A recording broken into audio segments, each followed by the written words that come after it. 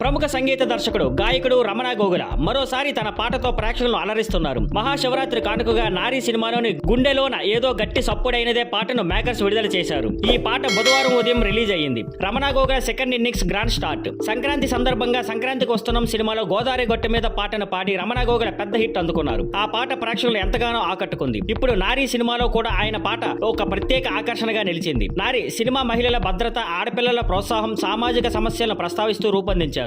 ఆమని, వికాస్ వశిష్ఠ, మౌనికా రెడ్డి, ప్రగతి, సునైన, కేదార్ శంకర్ లాంటి నటులు కీలక పాత్రలో నటించారు. శశి ఒంటిపల్లి నిర్మించిన ఈ సినిమా మహిళా దినోత్సవం సందర్భంగా మార్చి 7న థియేటర్లో విడుదల కానుంది. వికాస్ వశిష్ఠ, మౌనికా రెడ్డిపై చిత్రీకరించిన గుండెలోనూ ఏదో గట్టి సప్పుడైనదే పాటను వినోద్ కుమార్ విన్ను అద్భుతంగా కంపోజ్ చేశారు. రమణ గోగుల హుషారైన గాత్రంతో పాటకు ప్రత్యేక ఆకర్షణగా నిలిచారు. ఇప్పటికే విడుదలైన ఈడు మగాడేంట్రా బుజ్జి, నిశిలో శశిల పాటలు మంచి స్పందన తెచ్చుకున్నాయి. ఆర్పి పట్నాయక్, సునీత, చిన్మయి, శ్రీపాద వంటి ప్రముఖ గాయకులు ఈ సినిమాలో పాటలు పాడారు. ఇప్పుడిప్పుడే వేగం పెంచుతున్న నారీ మూవీ ప్రమోషన్స్ రమణ గోగుల పాటతో సినిమాపై అంచనాలు మరింత పెరిగాయి. మరి ఈ సినిమా ఏ స్థాయిలో హిట్ అవుతుందో చూడాలి. Thank you for watching. Please like, share and subscribe.